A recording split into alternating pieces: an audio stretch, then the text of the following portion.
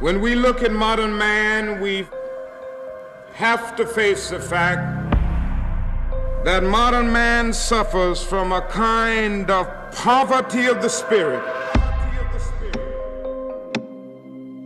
which stands in glaring contrast to his scientific and technological abundance.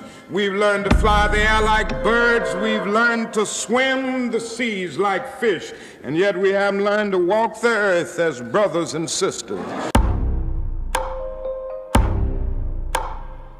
Folks, we're in trouble. The whole system stinks. The whole idea of greed and profit and the exploitation of other people, it stinks. Money operates on one value system. It defines value by price. You see, no one notices what the true function of the system is. It is masked by propaganda and myth.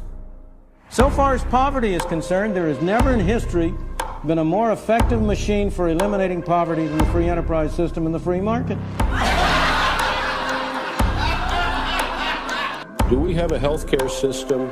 No, we don't. We have a sickness and disability care system. Is curing patients of cancer and disease a sustainable business model? Asks analysts at investment bank Goldman Sachs in an April 10th report. You see, the dominant functions of a system are often not what they seem. People think the market is there to feed and clothe them.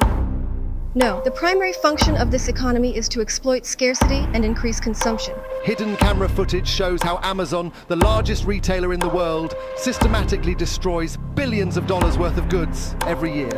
And it's funny, people talk about green capitalism as if it could ever be a thing. How to say no. That's the subject under discussion.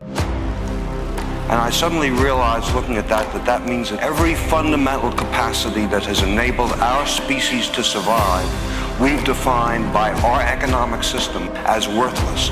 Our ability to care for each other, to come to each other's rescue, to stand up for what's right, to oppose what's wrong.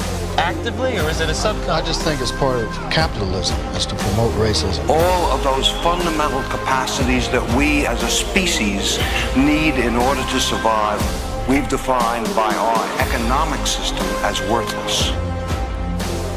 Now, is there another way? Of course there is. The question is, can we overcome the force of this system before it kills us? Because that is exactly what it's going to do in the end.